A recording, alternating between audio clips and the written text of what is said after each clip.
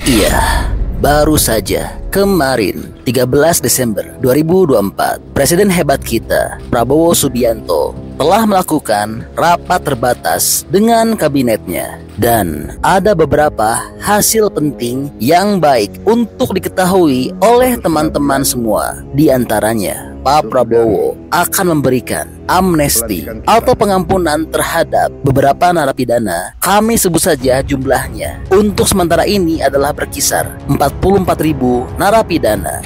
Dan Pak Prabowo juga telah setuju untuk mentransfer narapidana dengan beberapa negara sahabat. Lalu, apa sih alasan Pak Prabowo menyetujui memberikan amnesti kepada sejumlah narapidana? Apa saja kasus kriminal yang telah diberikan amnesti dan apa keuntungannya bagi bangsa dan negara kita? Baik, untuk lebih jelasnya, mari kita saksikan sama-sama penjelasannya dari keterangan para menteri terkait keputusan tersebut. Tadi kami rapat terbatas antara Presiden memanggil kami bersama dengan Pak Menko, kemudian Pak Menhan, juga Menteri IMIPAS, Pak Kapolri, dan Jaksa Agung. Ada 3 hal yang terkait dengan hasil ratas. Yang pertama adalah menyangkut soal transfer terkait beberapa kasus dengan negara sahabat yang kebetulan dihukum di Indonesia, dan nanti akan dijelaskan oleh Pak Menko terkait dengan hal tersebut. Kemudian yang kedua, Presiden akan memberikan amnesti terhadap beberapa narapidana yang saat ini sementara kami lakukan asesmen bersama dengan Kementerian IMIPAS, ya. Di samping untuk mengurangi overload dari kapasitas lapas kita, tapi juga atas pertimbangan kemanusiaan. Beberapa kasus yang terkait dengan kasus-kasus penghinaan terhadap ataupun ITE yang terkait dengan kepala negara, atau itu Presiden meminta untuk diberi amnesti. Kemudian ada juga beberapa kasus yang terkait dengan orang yang sakit berkepanjangan, termasuk ada napi kita, warga binaan kita yang sudah status orang dalam gangguan jiwa, dan juga ada yang terkena penyakit yang berkepanjangan termasuk HIV. Itu ada kurang lebih sekitar 1.000 sekian orang, itu juga diminta untuk diberikan amnesti. Termasuk beberapa kasus-kasus yang terkait dengan Papua, ada kurang lebih 18 orang, tetapi yang bukan bersenjata. Juga Presiden setuju untuk memberikan amnesti. Dan juga yang seharusnya itu mendapatkan rehabilitasi akibat penggunaan narkotika, itu juga minta untuk diberikan amnesti. Namun demikian, jumlah pastinya nanti akan kami sampaikan setelah kami melakukan asesmen bersama dengan Menteri IMIPAS. Dan karena itu, sekali lagi, beberapa masukan yang diberikan oleh Pak Menko, juga Pak Menhan, tadi konstruktif semua, juga ada bersama dengan Jaksa Agung dan Pak Kapolri. Saya rasa itu. Selanjutnya yang terkait dengan transfer beberapa narapidana atau warga binaan yang Filipina, Prancis maupun Australia, Pak Menko yang akan menjelaskan itu. Silakan, Pak. Baik, terima kasih Pak Supratman, Pak Pigai, rekan wartawan, terima kasih banyak sudah menunggu.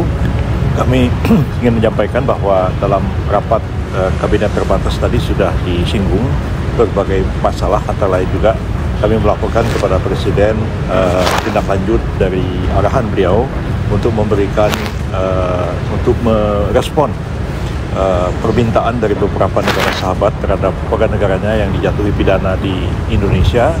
Dan 3 negara sudah mengajukan kepada pemerintah kita, yaitu Filipina, Australia, dan Prancis. Dan sudah kita mencapai banyak kemajuan dalam hal ini.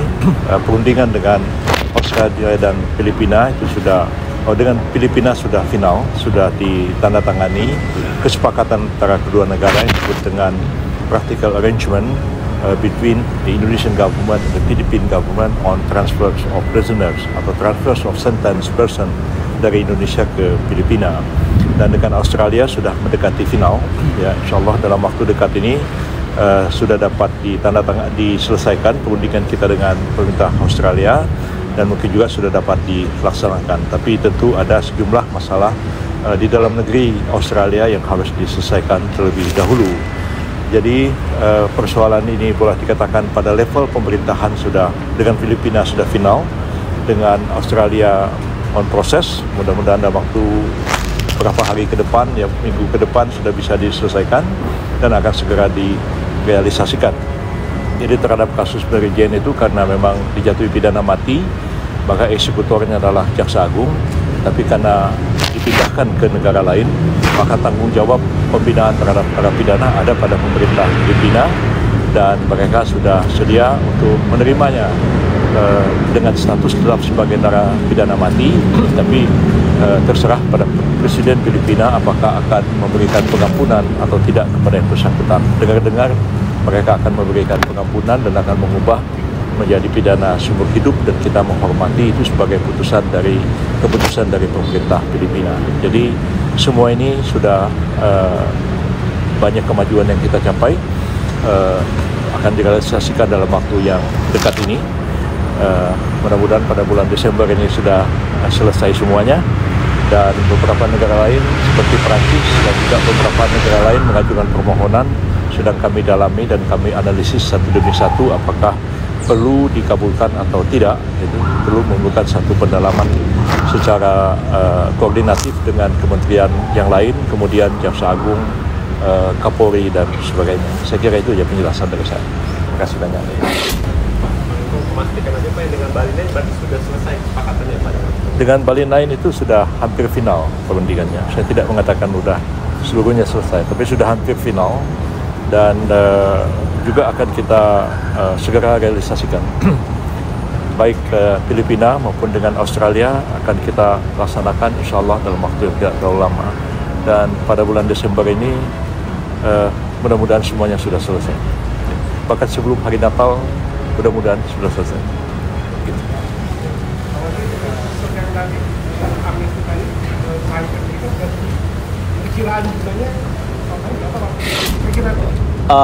Saat ini yang kita data dari Kementerian IMIPAS yang memungkinkan untuk diusulkan amnesti kurang lebih sekitar 44.000 sekian orang ya. Saya belum tahu persis jumlahnya berapa. Namun demikian, ini kan baru paparan. Yang kedua, prinsipnya Presiden setuju untuk pemberian amnesti. Tapi selanjutnya kami akan meminta pertimbangan kepada DPR. Apakah DPR nanti dinamikanya seperti apa, kita tunggu setelah resmi kami mengajukannya kepada parlemen untuk mendapatkan pertimbangan.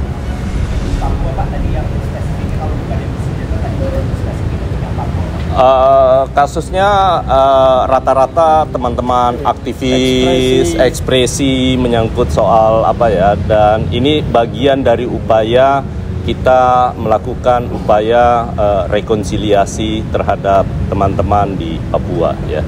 Ini upaya itikat baik bagi pemerintah untuk mempertimbangkan bagaimana kemudian Papua bisa menjadi lebih tenang dan sebagainya. Ini itikat baik pemerintah untuk itu. Beberapa namanya mungkin udah ada Pak? Belum. Ini masih karena kita baru mengklasifikasi menyangkut soal tindak pidananya, ya kan? Kemudian menyangkut soal orang yang sakit berkelanjutan. Nah, namanya sementara akan diverifikasi lebih lanjut. Ya. ITE berapa Pak? Udah ada Perkiraan ITE kurang lebih sekitar 18 ya, dan 18 orang yang memungkinkan, yang diusulkan untuk diberi amnesti. sama seperti yang Papua tadi ada 18. Bukan, ITE lebih ya, saya lupa tadi angkanya. Bisa naik, bisa turun. Ya, bisa naik, bisa turun. Ya, nanti data lengkapnya nanti akan kami berikan selanjutnya. Iya, jadi ini info update untuk tanah air. Nah, kalau menurut teman-teman kira-kira bagaimana pendapatnya? Untuk kabar terbaru ini, teman-teman seneng nggak? Atau setuju nggak? Atas keputusan dari pemerintahan Pak Prabowo ini? Atau jangan-jangan punya pendapat lain? Bantu dong, berikan pendapat beserta alasannya di kolom komentar ya. Karena tentunya pendapat hebat dari teman-teman berpotensi besar tersampaikan ke pemerintah. Oke, jadi itulah info update untuk tanah air. Kita mati untuk rakyat kita, itu kehormatan, saudara-saudara. Oke, masih banyak menonton, jangan lupa untuk bantu di like dan di share video ini. Jangan lupa juga bantu untuk subscribe ya. Oke, stay tune at my channel. See you next video.